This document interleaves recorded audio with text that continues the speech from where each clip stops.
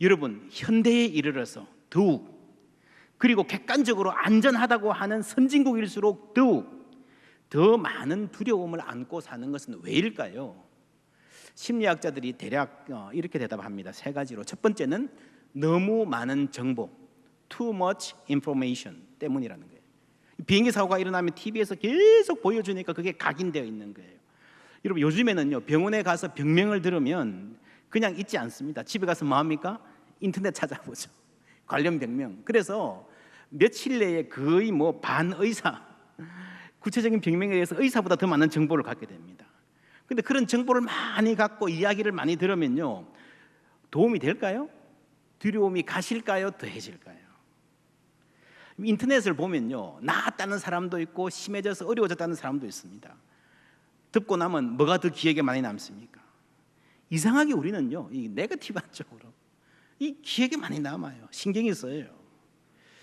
그래서 여러분, 정보는 필요하지만 이 정보를 필요한 수준에서 취하고 너무 과하지 않게 절제하고 통제하는 것이 필요합니다. 예수님이 말씀하셨잖아요. 정보가 너희를 자유롭게 하리라. 맞습니까? 아니죠. 정보가 조금 자유롭게 하긴 하지만 더 우리를 괴롭힐 때가 많습니다. 진리가 너희를 자유롭게 하리라 하셨습니다. 요즘은요, 유튜브 보고요, 페이스북 하느라고요, 너무 많은 정보가 있어서 그거 들여다보다 보면 성경 읽을 시간 없어요. 저도 페이스북도 하고요, 유튜브 통해서 좋은 소식, 복음의 메시지 전하는 거 참 중요하다고 생각하지만, 그러나 여러분, 영적인 건강을 위해서 너무 많은 정보는 좋지 않습니다. 여러분, 시편에 나오잖아요. 복 있는 사람은 유튜브, 페이스북을 주야로 묵상하는 자로다. 맞습니까? 여러분, 그 보다 보면요, 그 자극적인 말들, 정보들이 막 넘쳐가지고요, 잠을 못 자요. 나라 망할까봐. 복 있는 사람은 누굽니까? 여호와의 율법을 주야로 묵상하는 자입니다. 현대인이 두려움에 눌러 사는 이유, 첫 번째, 너무 많은 정보입니다. 둘째, 좋은 느낌, good feeling 중심의 사고라고 합니다. 여러분, 불안, 두려움, 슬픔, 이런 부정적인 감정이 생기면 견디지를 못하고 빨리 떨쳐내려는 태도를 말합니다. 야, 오늘 참 기분이 그런데 우리 술 한잔 하자. 해결됩니까? 아니요. 술 깨고 나면 더 깊은 상심이 찾아옵니다. 그걸 잊어버리려고 오락하고요, 게임에 몰두한 사람이 있고요, TV나 인터넷을 찾는 사람이 있습니다. 해결이 안 돼요. 약물에 의존하는 사람도 심각합니다. 여러분, 연예인, 재벌 할 것 없이 이 세상에서 참 걱정 없이 살 것 같아라는 사람들이 가끔씩 신문에 여러분 뭐라 그럽니까? 프로포폴 중독 나오잖아요. 왜 그렇습니까? 부정적인 감정이 찾아올 때요, 그것을 견디는 방법을 모르는 거예요. 견디려 하지 않는 겁니다. 성경은 무엇이라 말합니까? 시편 30편 5절 함께 읽습니다. 저녁에는 울음이 깃들을지라도 아침에는 기쁨이 오리로다. 아멘.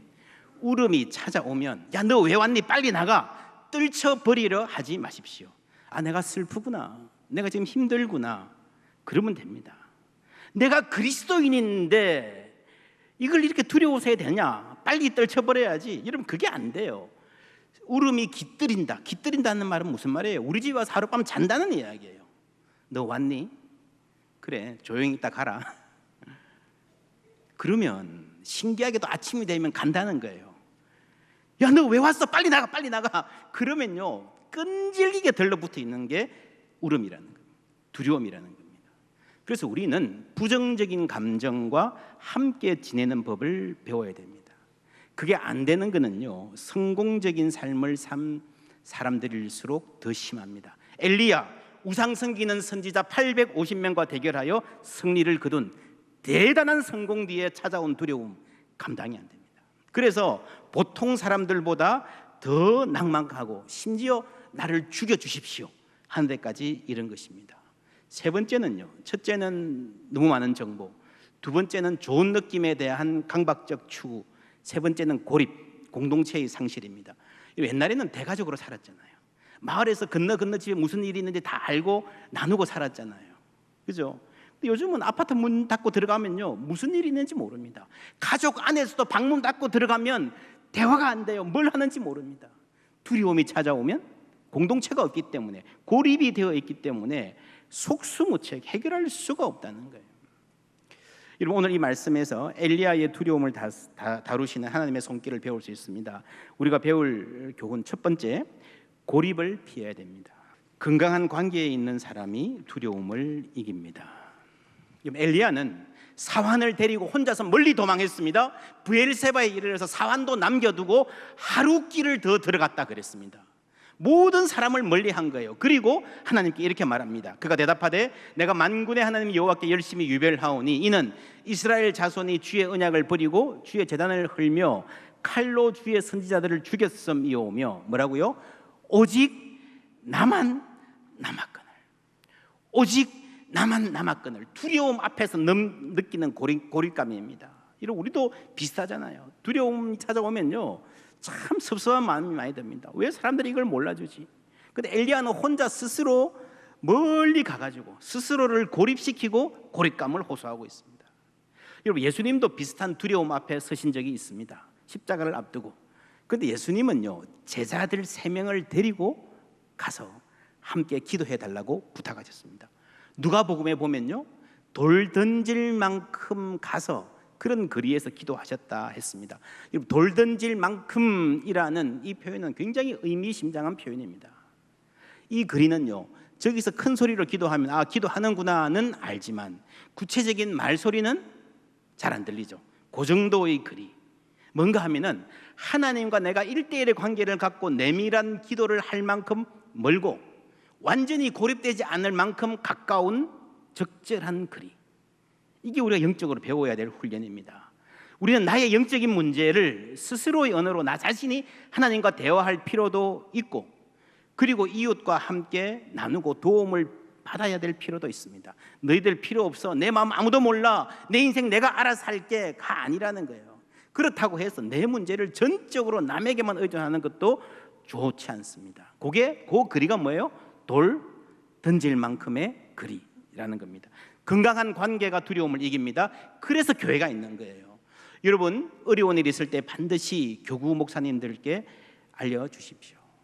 가장 좋은 것은 무슨 일 생기기 전에 평소에 주위 사람들과 건강한 관계를 맺고 사는 것입니다. 그래서 교회의 사랑방이 소중한 거예요. 교회 사랑방은 교회의 성장을 위한 것 이전에 우리를 위해서, 나를 위해서 참으로 소중합니다. 생명적인 원리입니다. 고립은 위험합니다. 아무리 영적으로 탁월하고 신앙이 든든해도요 혼자서 자기 일을 다 알아서 할 수 있는 사람 세상에 아무도 없습니다. 엘리야를 보십시오. 천하장사도 혼자서는 당하지 못합니다. 심지어 예수님도 두려움이 찾아왔을 때에 함께 기도해달라고 제자들에게 요청하셨습니다. 그래서 두 번째, 자신의 연약함을 인정해야 합니다. 엘리야가 말했습니다. 나는 내 조상들보다 낫지 못하나이다. 이러면서 엘리야가 무슨 생각을 했을까요? 아브라함, 모세, 여호수아, 다윗 같은 조상들의 영웅적인 업적을 생각하고 비교하면서 열등감에 빠졌을 것입니다. 그들에 비하면, 그분들에 비하면 나는 너무 초라하고 너무 요약하고 너무 심하게 흔들리고 있습니다. 그러나 우리가 성경에서 만나는 이 영웅들도요 우리와 마찬가지로 두려워하고 떨고 낭망했던 사람들이었다는 것을 알아야 됩니다. 다윗은 여러분 골리앗을 혼자서 맞선 그 담대한 다윗이요 내 영혼아 어찌하여 낭망하며 두려워 떠느냐 자주 시편에서 토로하고 있습니다. 여호수아 1장 여러분 아십니까? 하나님께서 여호수아를 민족의 지도자로 세우시고자 할 때에 첫 번째 하셨던 말씀 1장에서 처음 여러분 그득 하신 말씀이 뭔가 하면요 두려워하지 말라, 담대하라, 내가 내 종 모세와 함께 했던 것처럼 너와 함께 할 것이다. 여러분 그 위대한 영웅 여호수아도 첫 번째 문제는요 첫 번째 장애는 두려움이었습니다. 그의 전임자는 모세였습니다. 어떤 사람이었습니까? 여호수아는 모세를 어떤 사람으로 기억하고 있었을까요? 뒤에는 애국 군대가 쫓아옵니다. 앞에는 홍해가 가로막혀 있습니다. 절대절명입니다.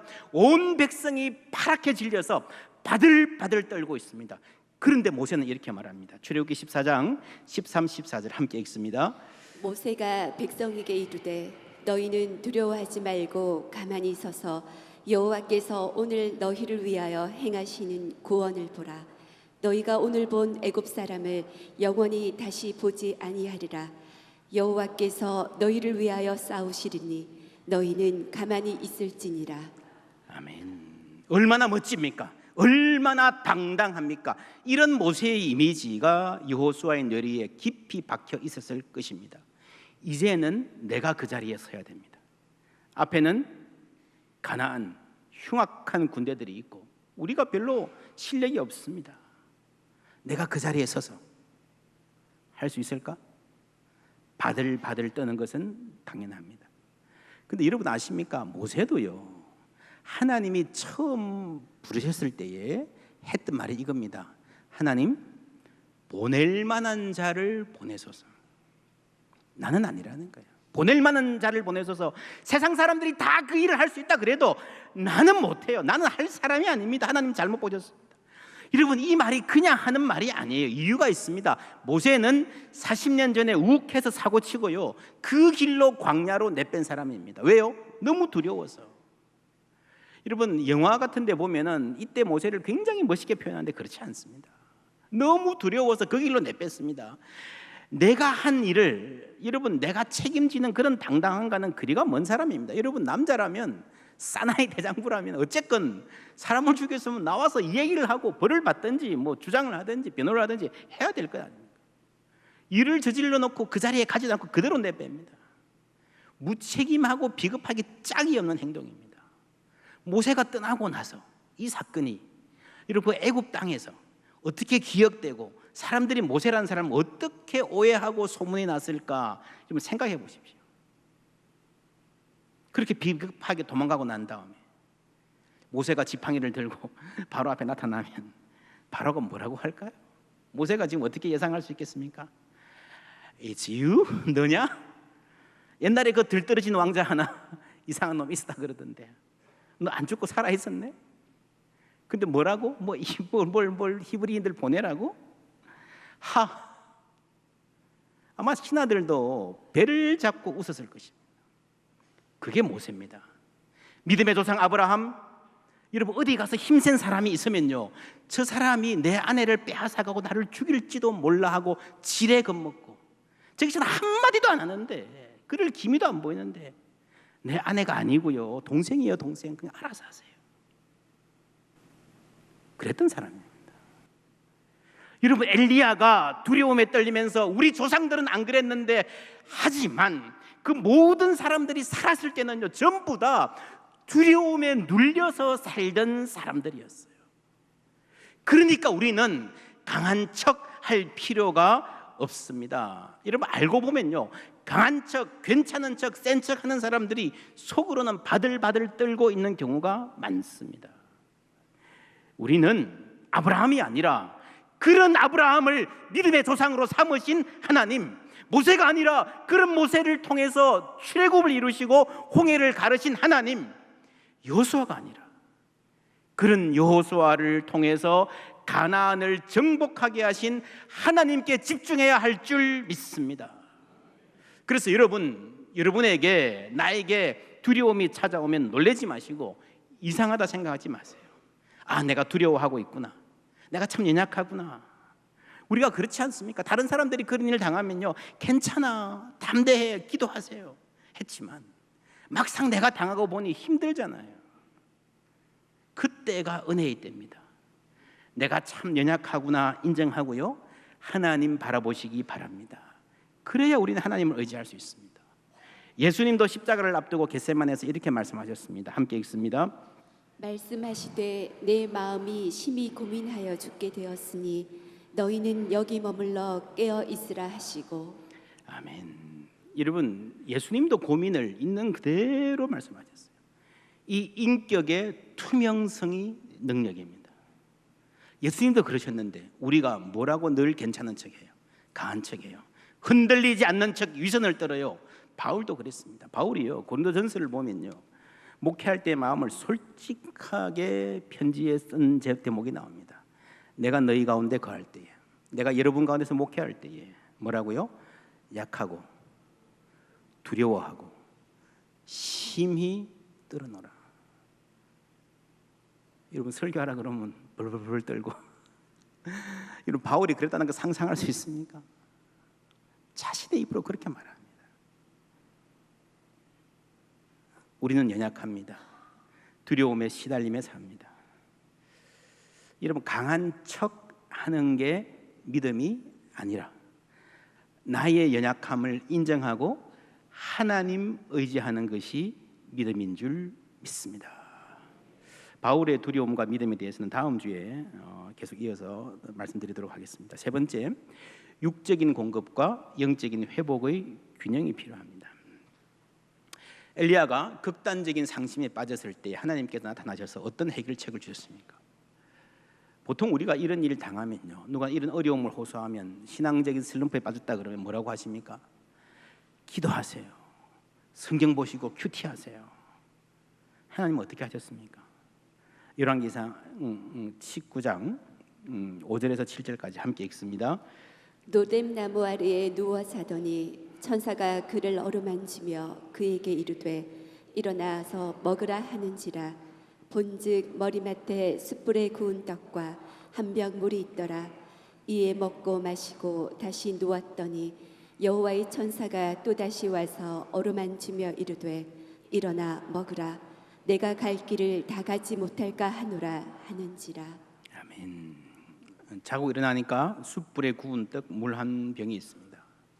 요즘 말로 하면요, 이 누가 어렵다 그러면 힘들다 그러면 데리고 가서 갈비탕이라도 한 그릇 사주고, 경치 좋은 데 가서 커피 한 잔 사주고요, 좀 쉬어라, 내가 기도할게, 그러는 거예요. 하나님은 엘리야에게 야, 너 왜 이렇게 두려워하니? 왜 이렇게 못났니? 너 선지자 아니야? 그러지 않으셨어요. 쉬게 하시고 푹 자게 하시고 잘 먹이시고 어루만져 주십니다. 어루만져 주십니다. 예수 믿는 사람이라고요, 무조건 기도하고 봉사하고 그래라, 그게 아니고요, 육체적인 공급도 필요하고 쉼도 필요합니다. 여러분, 잘 먹고 잘 쉬는 거 중요합니다. 엘리야는 그 음식물의 힘을 의지하여 호렙산까지 갔다고 했습니다. 음식물의 힘을 의지하여. 그런데 또 하나 중요한 것은요, 그게 전부가 아니라는 겁니다. 음식물의 힘을 의지하여 호렙산까지 갔지만 그게 끝이 아니고요, 그 다음에는 하나님 앞에 서야 됩니다. 하나님이 바람, 지진, 불을 지나가게 하시고 세미한 음성을 듣게 하시는 그 영적인 경험이 있어야 됩니다. 여러분, 우리가 육체적인 공급을 무시하면 안 됩니다. 잘 먹고 잘 쉬고 적절하게 운동하고 중요해요. 그러나 여러분, 그것만으로는 해결이 안 됩니다. 엘리야가 그 음식물의 힘을 의지하여 호렙까지는 갔지만 그의 문제가 정말 해결받은 것은 하나님과의 만남이었습니다.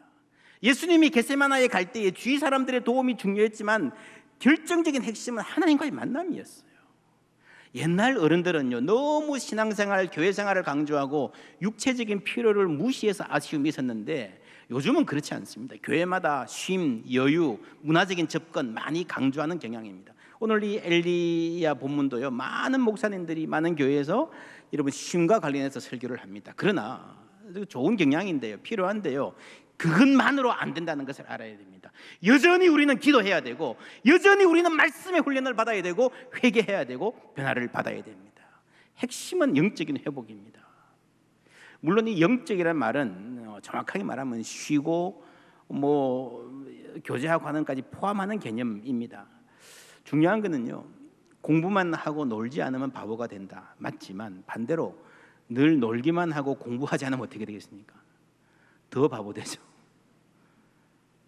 육체의 필요에만 집중해서 쉬고 놀고 그냥 파티하고 그냥 재밌는 것만 찾아다니고 그래 살다 보면요, 자기도 모르게 어느새 프로포폴 하고 있어요. 그게 오늘 세상에 잘 나간다는 사람들의 자화상입니다. 우리가 육체적인 필요에 민감해야 되고, 내 육체와 이 감정, 정서를 너무 압박하고 몰아세우지 말아야 하지만 한편으로 훈련과 절제가 필요합니다. 영적인 회복이 중심이 되어야 됩니다. 제가 사회 가던 이민교회 청년부도요, 그렇게 시작했는데 점점 말씀 공부하고 기도하고 밖으로 나가서 사회가고 하는 비중이 늘어났습니다. 그 임원을 했던 아이들이 한 해 임원하고 나면 다 소그룹 리더가 됐습니다. 계속해서 리더가 필요할 정도로 놀랍도록 성장했고 큰 부흥이 있었습니다. 둘 다가 중요합니다. 네 번째, 마지막입니다. 한 번에 한 걸음씩 전진하십시오. 여러분, 엘리야는 압도적인 악의 힘 앞에서 내 힘으로는 도저히 풀기 힘든 과제 앞에서 낭망하고 있습니다. 그런데 하나님은 뭐라고 하십니까? 왕상 열왕기상 19장 15절에서 17절 함께 읽습니다. 여호와께서 그에게 이르시되 너는 내 길을 돌이켜 광야를 통하여 다메섹에 가서 이르거든 하사엘에게 기름을 부어 아람의 왕이 되게 하고 너는 또 nim시의 아들 예후에게 기름을 부어 이스라엘의 왕이 되게 하고 또 아메브올라 사밧의 아들 엘리사에게 기름을 부어 너를 대신하여 선지자가 되게 하라. 하사엘의 칼을 피하는 자를 예후가 죽일 것이요 예후의 칼을 피하는 자를 엘리사가 죽이리라. 아멘. 하사엘, 예후, 엘리사라는 이름을 말씀하십니다. 하사엘을 왕으로 삼으라. 그가 할 일이 있을 것이다. 예후를 이스라엘 왕으로 삼으라. 그가 한 부분을 담당할 것이다. 그리고 엘리사를 너의 자리를 대신하여 선지자로 삼으라. 너의 일을 계속해서 해나갈 것이다. 여러분, 하사엘이 다 하지는 못하겠지만 예후가 할 것이고 남는 것은 엘리사가 할 것이고 더 필요하면 하나님이 쓰실 사람 7,000명 중에 있다는 거죠. 하나님께 계획이 있었네요. 대책이 있었네요. 그리고 그것을 할 사람들이 있네요. 나는 내가 이것을 어떻게 다 해야 되나 고민했는데, 여러분, 엘리야는요 큰 승리 이후에 자신의 중요성을 과장하게 되었습니다. 아무도 없는데 나 혼자서 다 했다. 850명 나 혼자서 맞섰잖아요. 그러니까 어떤 생각을 하는가 하면요, 내가 무너지면 이 나라가 무너진다고 생각하는 거예요. 내가 이 고비를 못 넘기면 우리 가정이 끝날 거라고 생각하는 거예요. 내가 없으면 회사가 안 돌아갈 거라 생각하는 거예요.